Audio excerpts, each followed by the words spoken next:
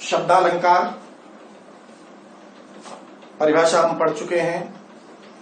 शब्द के माध्यम से सौंदर्य की वृद्धि होती है, वहां शब्दालंकार होता है। मुख्य रूप से आपके स्तर पर 9th-10th स्तर पर यहां तक 3 शब्दालंकारों की मुख्य रूप से चर्चा होती है। तो इनके भेद तो यद्यपि अन्य भी हैं, लेकिन हम 3 शब्दालंकारों की आपके पाठ्यक्रम के आधार पर, कक्षा 9 के पाठ्यक्रम के आधार पर हम चर्चा करेंगे। तो 3 अलंकारों की करेंगे। इनमें सबसे पहला अलंकार है अनुप्रास अलंकार। कौन सा अलंकार है? अनुप्रास अलंकार। अनुप्रास अलंकार, इसकी देखिए हम 2 पंक्तियों में इसकी परिभाषा और उदाहरण दोनों देने का आपको प्रयास करते हैं। यदि आपने उसको 2 पंक्तियों को याद किया तो ना तो आप इसकी परिभाषा भूलेंगे, थोड़ा रचनात्मक हो जाएगी परिभाषा, और उसी में आप उसको उदाहरण भी बना सकते हैं। कैसे? एक वर्ण जब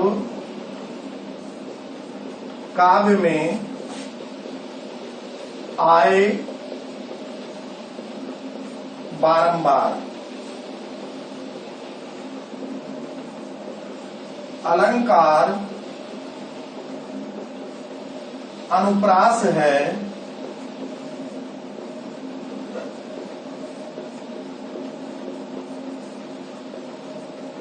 रखिए सदा विचार। एक वर्ण जब काव्य में आए बारंबार, अलंकार अनुप्रास है, रखिए सदा विचार। काव्य में जहां एक वर्ण की आवृत्ति, एक वर्ण की आवृत्ति, आवृत्ति कहते हैं आना, वर्ण की आवृत्ति का मतलब है आना। एक वर्ण की आवृत्ति बार बार होती है, आए बारंबार।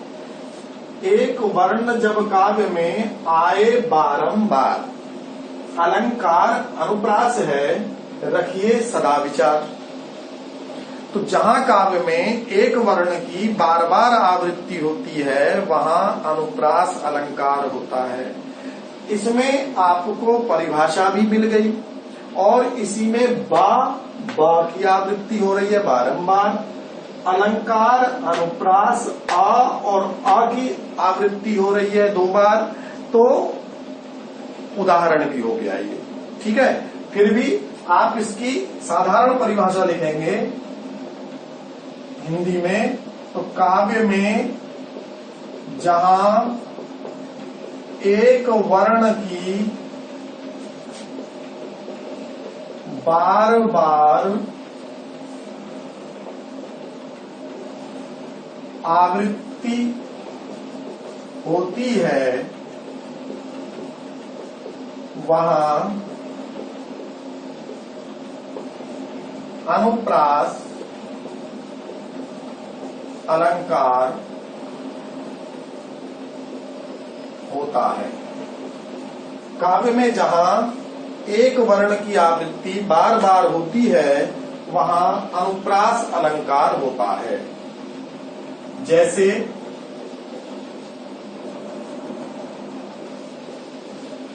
तरनी,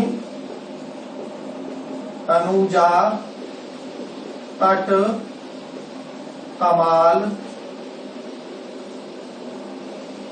तरुबर, बहुछाए। तरनी, तनुजा, तट, तमाल, तरुबर, बहुछाए। यहाँ कौन से वर्ण की आवृत्ति हो रही है? ता, ता, ता, ता, ता। ता वर्ण की आवृत्ति हो रही है। इस उदाहरण में ता वर्ण की बार बार आवृत्ति होने के कारण कौन सा अलंकार हो गया? अनुप्रास अलंकार हो गया। रघुपति, राघव, राजा, राम। पतित, पावन, सीता, राम। रघुपति, राघव, राजा, राम। तो रा रा रा रा की आवृत्ति, पतित पावन में प की आवृत्ति। ठीक है, तो काव्य में जहां एक वर्ण की आवृत्ति बार बार होती है वहां क्या होता है, अनुप्रास अलंकार होता है। अब आपके 9th लेवल पर अगर हम अनुप्रास की बात करें तो इतने भर से काम चल जाता है। ठीक है ना, क्योंकि आपके यहाँ जो अनुप्रास के अन्य भेद हैं, अनुप्रास के 5 भेद होते हैं। मैं उन भेदों के नाम लिखा देता हूं, ठीक है, उन्हें जब अगर कभी समझने की बात आएगी क्लास में तो क्लास में समझेंगे। अनुप्रास के 5 भेद होते हैं।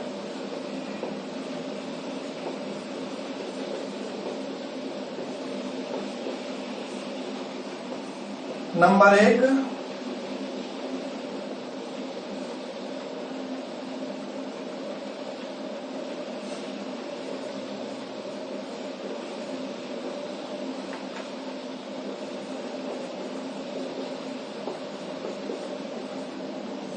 छेका अनुप्रास।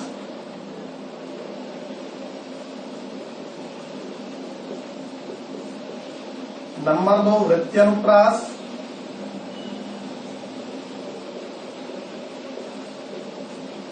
नंबर 3, श्रुत्यनुप्रास।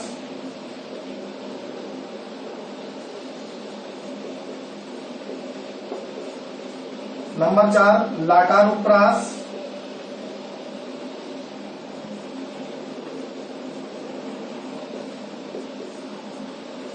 और नंबर 5, अंत्यानुप्रास। ये अनुप्रास के अंदर के भेद हैं।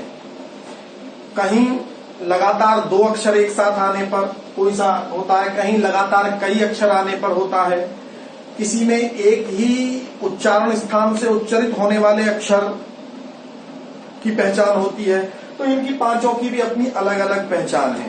पर यहां से वीडियो के माध्यम से आपको उतना क्लियर ये नहीं हो पाया संभवतः, इसलिए मैं अभी इसको केवल इतना लिख करके इसको छोड़ रहा हूं, क्योंकि ये 5 नाम आपको जरूर आने चाहिए। क्योंकि बाद में अगर कहीं आप देखेंगे तो आप सोचेंगे कि ये तो चर्चा ही नहीं हुई कि प्रकार कितने थे। तो हमारे अनुप्रास के ये 5 भेद हैं। ठीक है, इसके बाद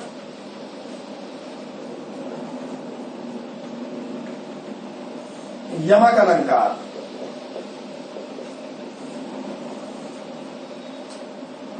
यमक का अर्थ है जोड़ा, युग्म। युग्म कहते हैं जोड़ा, शब्दों का जोड़ा। तो कई बार तो ऐसा कहा जाता है कि यमक की परिभाषा देते हुए कई विद्वान ये कहते हैं कि एक शब्द एक साथ एक से अधिक बार आए तो यमक होता है। लेकिन मेरा मानना यह है कि एक शब्द एक से अधिक बार आए, इतनी ही परिभाषा माने हम तो ज्यादा बेहतर है। क्योंकि कहीं कहीं तो जैसे कनक कनक में तो आ गया था, और भी कुछ उदाहरण हैं जिनमें आ जाएगा, लेकिन कई उदाहरण ऐसे भी मिलते हैं और बहुत प्रसिद्ध यमक अलंकार के वो उदाहरण हैं जिनमें एक साथ शब्द दोनों नहीं आते हैं। एक शब्द आगे आता है और एक शब्द बहुत कहीं बाद में जाकर के आता है, तब भी यमक होता है। तो हम उस आधार पर ये मानेंगे कि एक शब्द एक से अधिक बार आए और प्रत्येक बार उसके अर्थ अलग हों। इसको भी हम अनुप्रास की तरह एक दोहे के माध्यम से समझने की कोशिश करेंगे।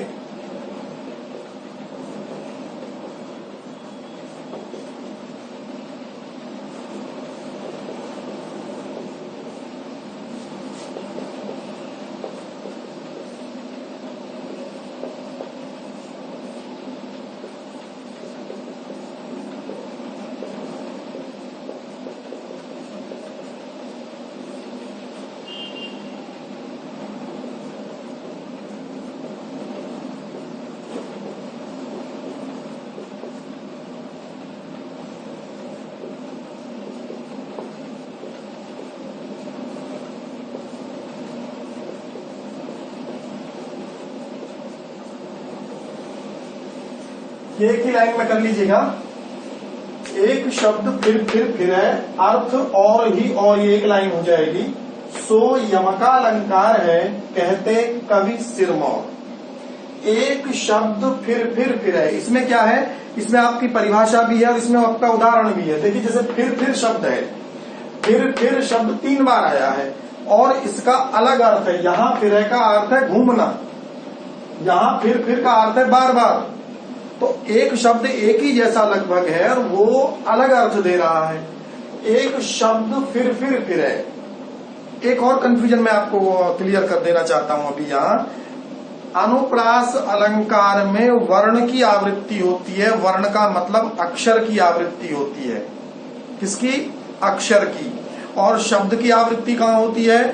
यमक अलंकार में। कई बार बच्चों को ये कंफ्यूजन रहता है, लास्ट तक परीक्षा तक भी ये कंफ्यूजन दूर नहीं होता कि अनुप्रास में शब्द की आवृत्ति कराते हैं और यमक में वर्ण की आवृत्ति कर देते हैं। तो कृपया आप लोग ध्यान रखेंगे, अनुप्रास में वर्ण की आवृत्ति करेंगे और यमक में शब्द की आवृत्ति। और आवृत्ति का मतलब है आना। एक शब्द फिर है, अर्थ और ही और। एक शब्द बार बार आए और हर बार उसके अर्थ अलग निकले। कितने निकले? अलग अर्थ निकले, सो यमक अलंकार है। कहते कवि सिरमौर, कवियों के जो सिरमौर यानी उच्च कोटि के जो कवि हैं वो यमक अलंकार की परिभाषा बताते हैं। इसकी हिंदी आप, मैं समझता हूं जो मैंने बोली इस आधार पर आप कर लेंगे। काव्य में जहां एक शब्द की आवृत्ति एक से अधिक बार होती है और वह शब्द जितनी बार आता है उतनी ही बार उसके अर्थ अलग होते हैं, यानी हर बार उस शब्द का अर्थ अलग होता है, वहां क्या होता है? यमक अलंकार होता है। अब आप इसके उदाहरण देख लेंगे। एक तो मैंने अभी जो आपको समझाया था बहुत प्रसिद्ध, तो यही उदाहरण है। कनक कनक ते 100 गुनी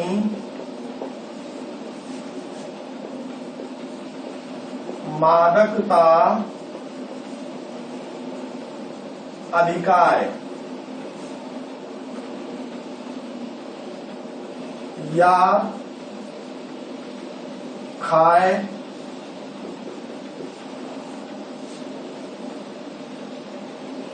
कर सकते हैं, या खाए बौराय जग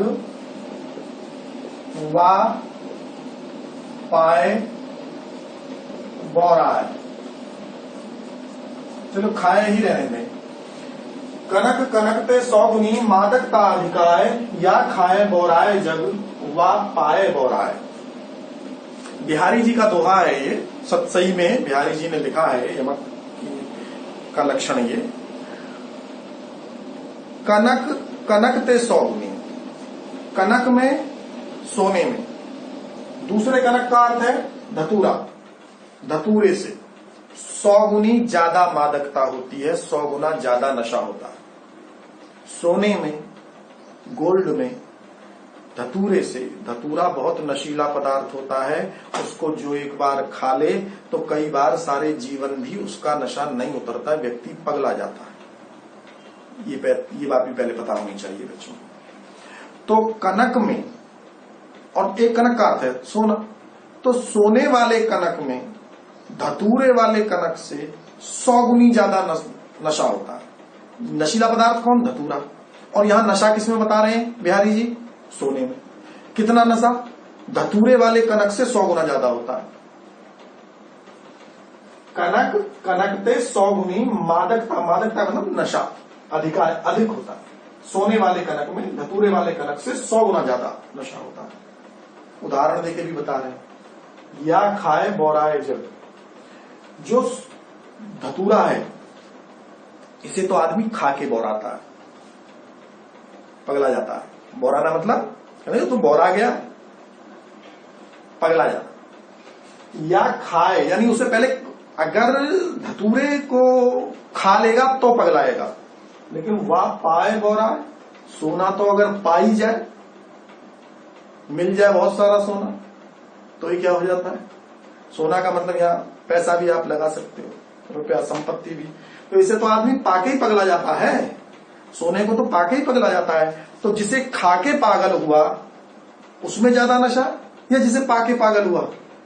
स्वाभाविक बात है, जिसे पाके पागल हो गया उसमें ज्यादा नशा। ठीक है। और एक इसका उदाहरण हो सकता है, उधौ जोग जोग हम नाही। इतना सही तो उदाहरण हो गया, 1 नंबर का है ये यमक अलंकार जब आएगा तो। ऊधो जोग जोग हम नाही, इस वाले जोग का अर्थ है योग, योग साधना, और इस वाले जोग का अर्थ है योग्य। जब भगवान कृष्ण के भेजे हुए उद्धव जी गोपियों को योग साधना करने का उपदेश देने लगते हैं, तब गोपियां भगवान कृष्ण से कहती हैं कि हे उद्धव जोग जोग हम नाही, हे उद्धव जी हम लोग जो हैं वो योग साधना करने के लिए उचित उपयुक्त नहीं है। उद्धव जोग जोग हम नाही, हे उद्धव जी हम योग के योग्य नहीं है, हम योग साधना करने लायक नहीं।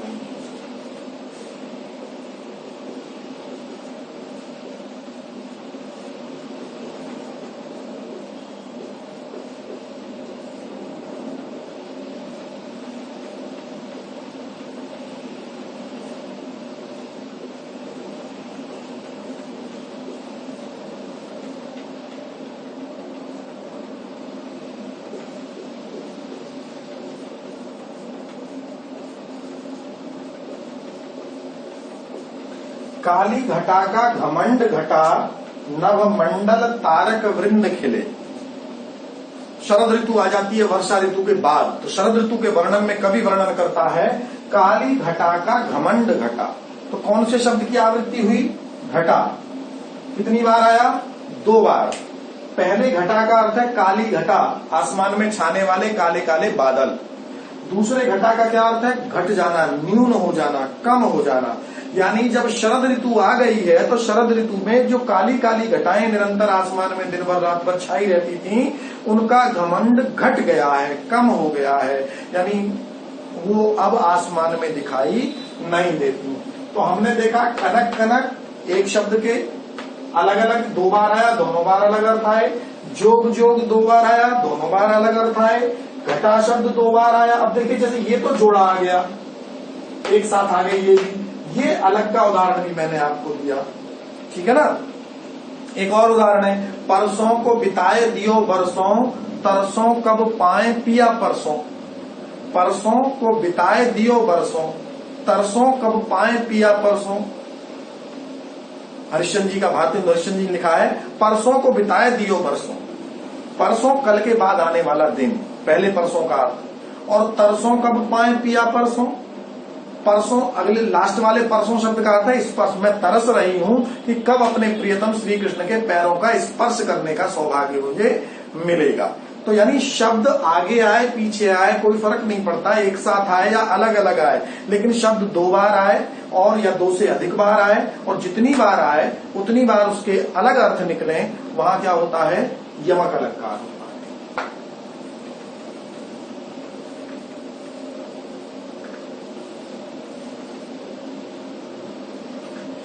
तीसरा अलंकार है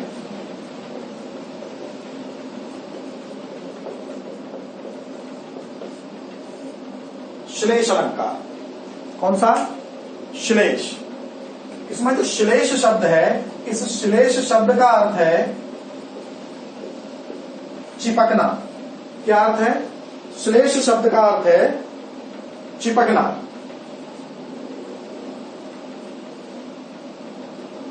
यानी शब्द एक बार आए, समझ ले परिभाषा। यमक और श्लेष में अंतर भी पूछा जाता है कभी कभी, और इसको बच्चे इसे भी भूल जाते हैं।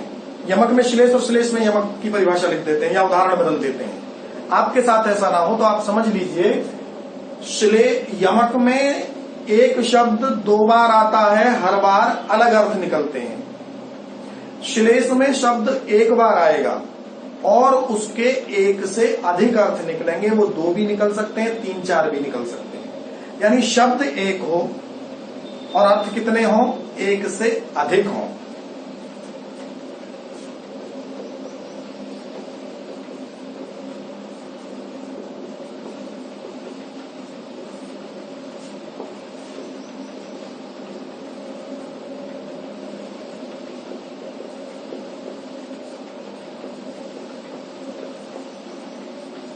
एक शब्द हो काव्य में, निकले अर्थ अनेक।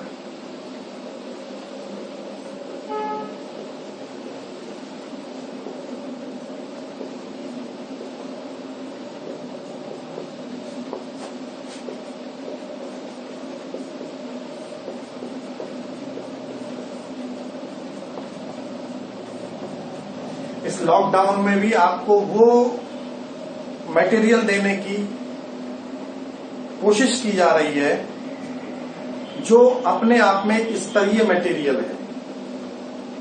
उस तरह से आपको हम कोशिश कर रहे हैं पढ़ाने की। अब ये आपके ऊपर है कि आप कितने अच्छी तरीके से इसको समझते हैं, ग्रहण करते हैं और अपने मन मस्तिष्क में इसको स्थायी करते हैं। श्लेष की परिभाषा देखें आप। एक शब्द हो काव्य में निकले अर्थ अनेक। ये परिभाषाएं आपको किसी पुस्तक में किसी जगह पे कहीं और मिलेंगी नहीं, ये ध्यान रखिएगा जरूर। एक शब्द हो काव्य में निकले अर्थ अनेक, श्लेष अलंकृत है वहां रखिए सदा विवेक। आसान हो गया। एक शब्द हो काव्य में निकले अर्थ अनेक। काव्य में जहां एक शब्द एक बार प्रयुक्त हो उसके एक से अधिक अर्थ निकले, श्लेष अलंकृत है वहां से रखिए। हमेशा याद रखिए कि वहां कौन सा अलंकार है, श्लेष अलंकार है। तो काव्य में जहां एक शब्द एक बार, कोई शब्द ऐसे कर लें, काव्य में जहां कोई शब्द एक बार प्रयुक्त होता है और उसके एक से अधिक अर्थ निकलते हैं, वहां क्या होता है, श्लेष अलंकार होता है। कौन सा अलंकार होता है, श्लेष अलंकार होता है।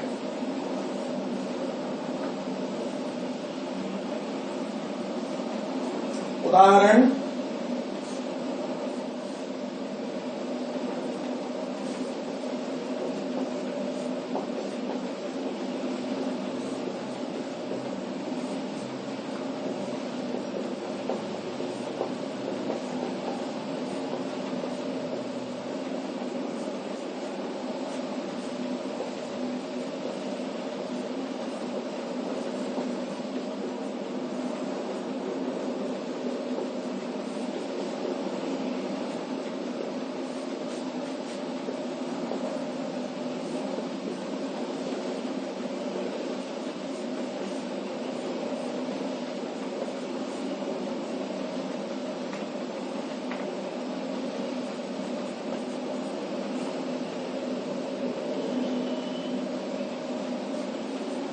चरण धरत चिंता करत भावत नींद न शोर, सुवरन को खोजत फिरे कवि व्यभिचारी चोर।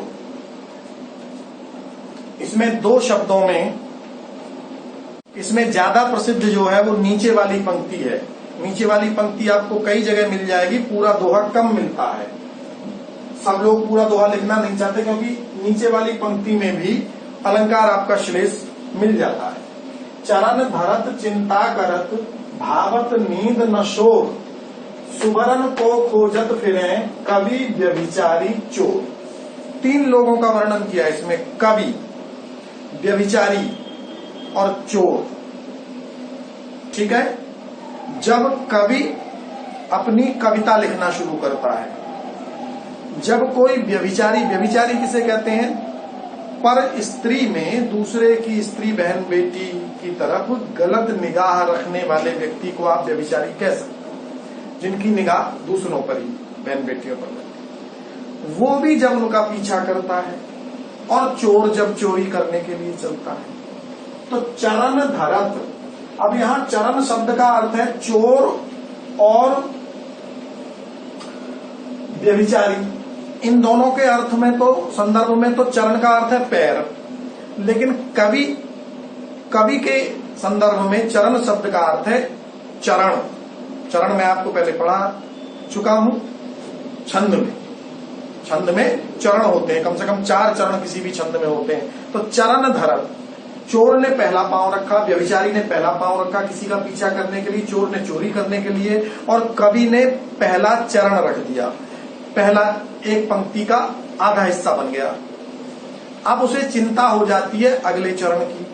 ऐसे ही चोर भी आपने समझा होगा, चोर कैसे चलता है, वो चक्का होकर के चलता है, और जो पीछा किसी का कर रहा होता है वो भी दाएं बाएं देख के उसे भी चिंता रहती है। और भावत नींद न शोर, इन तीनों को ही न तो नींद अच्छी लगती, कवि की जब तक कविता पूरी ना हो जाए उसे नींद नहीं आती, व्यभिचारी की जब तक मंशा पूरी हो जाए ना उसे नींद नहीं आती, और चोर जब तक चोरी न कर ले उसे भी। न नींद अच्छी लगती है इनको और न इन्हें शोर अच्छा लगता है, कोई शोर करे तो वो भी अच्छा नहीं लगता। सुवर्ण को खोजत फिरे, सुंदर वर्ण को। अब यहाँ सुवर्ण शब्द, चरण के भी दो अर्थ हो गए, एक तो पैर और एक कविता का चरण। सुवर्ण के तीन अर्थ होंगे। सुवर्ण कवि के पक्ष में, सुवर्ण का कवि के पक्ष में अर्थ क्या होगा? सुंदर वर्ण। सुवर्ण, वर्ण का अर्थ है वर्ण, सुंदर वर्ण। इसी सुवर्ण का अर्थ व्यभिचारी के पक्ष में, सुंदर रंग रूप। क्या हो जाएगा? सुंदर रंग, सुंदर रूप। और इसी का सुवर्ण शब्द का अर्थ चोर के पक्ष में,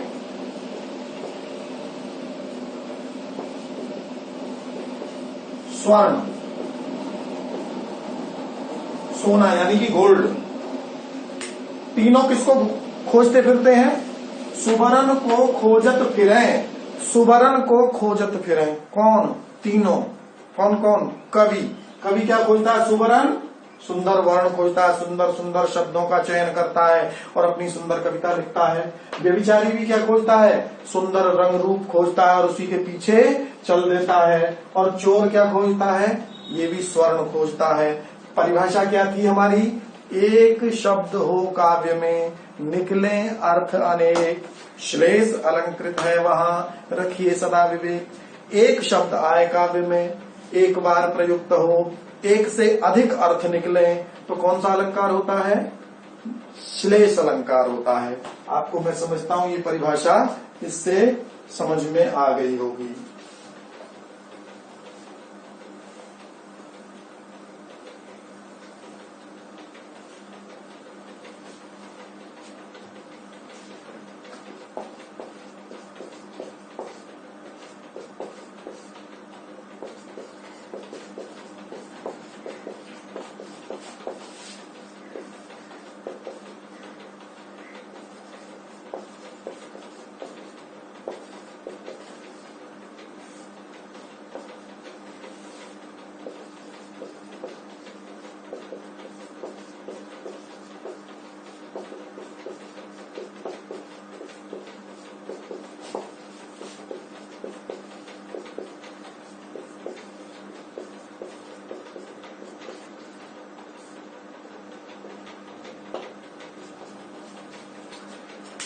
गुनते लेत रहीम जन सलिल कूपते काढ़, गुनते लेत रहीम जन सलिल कूपते काढ़, कूपहु ते कहूं होत है मन काहू को बाढ़। गुण, ये रहीम जी कहते हैं कि गुण, अब यहाँ गुण शब्द का एक बार प्रयोग हुआ है और इसके दो अर्थ निकल रहे हैं। गुनते लेत रहीम जन सलिल कूपते काढ़, पहली पंक्ति में गुण का जो अर्थ है वो गुण का अर्थ है रस्सी। क्या अर्थ है? रस्सी। गुण रस्सी को कहते हैं। रहीम जी कहते हैं गुण के माध्यम से, रस्सी के माध्यम से, कुएं जैसी गहरी जगह से भी लोग अपने मतलब का जीवनदायी जल निकाल लेते हैं। कुआं बहुत गहरा होता है, बिना रस्सी के पानी को निकाला नहीं जा सकता, तो गुण के माध्यम से, उनके पास गुण है मतलब रस्सी है, तो वो कुएं से पानी निकाल लेते हैं। कूपहुते कहूं होते है मन काहू को बाढ़, इसका दूसरा अर्थ क्या है? यदि आपके अंदर गुण है, अब इस गुण का एक अर्थ तो है रस्सी, गुण के, इस गुण शब्द के दो अर्थ हैं। गुण के अर्थ क्या है? एक रस्सी और दूसरा गुण।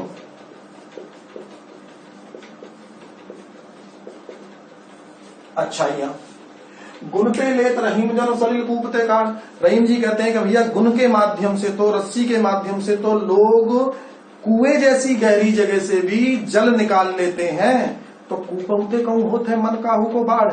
तो क्या किसी दूसरे के मन से, अपने गुरुओं से, अपने माता पिता से अपने मतलब की बातें निकाल लेना, अपनी इच्छाएं पूरी करा लेना, अपना ज्ञान प्राप्त कर लेना, क्या ये कुएं से भी गहरा किसी का मन होगा? क्या किसी का मन कुएं से भी गहरा हो सकता है? नहीं हो सकता। इसका मतलब कहना ये चाह रहे हैं कि यदि आपके पास गुण हैं, आपके पास भलाइयां अच्छाइयां हैं, तो आप किसी से भी अपने मतलब की कोई भी वस्तु प्राप्त कर सकते हैं। तो यहाँ गुण शब्द दो बार आया, एक बार आया और उसके दो अर्थ निकले, एक अच्छाइयां आए, तो शब्द एक बार आएगा। अब एक समस्या है, एक उदाहरण जो आपको सब पुस्तकों में मिलेगा, आपको अपनी पुस्तकों में भी मिलेगा। रहीमन पानी राखिए बिन पानी सब सून, पानी गए न उबरे मोती मानस चून। यहां इस उदाहरण को लोग श्लेष का उदाहरण पढ़ाते हैं और ये श्लेष का उदाहरण माना भी जाता है। अब मेरे अनुसार ये श्लेष का उदाहरण, या तो परिभाषा गलत पढ़ी है हमने, जीवन भर से गलत पढ़ते आ रहे हैं कि काव्य में एक शब्द एक बार प्रयुक्त हो और उसके एक से अधिक अर्थ निकले तो वहां श्लेष अलंकार होता है, ये तो परिभाषा है। अब रहीमन पानी राखिए बिन पानी सब सून, पानी गए न उबरे मोती मानस चून। पानी शब्द का 3 बार प्रयोग हुआ और पानी के एक का अर्थ हो गया मनुष्य की आंखों की शर्म, एक हो गई चमक, एक का हो गया जल। मोती की चमक, आदमी की आंख की शर्म, और चूना के पक्ष में पानी। पानी 3 बार प्रयुक्त हुआ, 3 उसके अर्थ निकल रहे। इस हिसाब से तो यमक का उदाहरण होना चाहिए इसको, लेकिन तमाम वर्षों से ये श्लेष का ही उदाहरण पढ़ाते हुए आ रहे हैं। तो आप इसको भी श्लेष का अगर उदाहरण लिखाएंगे तो सारे विद्वान इसे श्लेष का उदाहरण ही समझते हैं, तो इसको भी आप श्लेष का एक उदाहरण मान सकते हैं। बाकी मैं यहां लिखा नहीं रहा हूं इसे, क्योंकि मेरा मन इसको श्लेष का उदाहरण मानने को नहीं कहता। तो ये भी एक श्लेष का उदाहरण हो सकता है। और इतने इन उदाहरणों से आप शब्दालंकार, अनुप्रास, यमक और श्लेष, ये तीनों शब्दालंकार आपके कोर्स के हिसाब से संपूर्ण हो।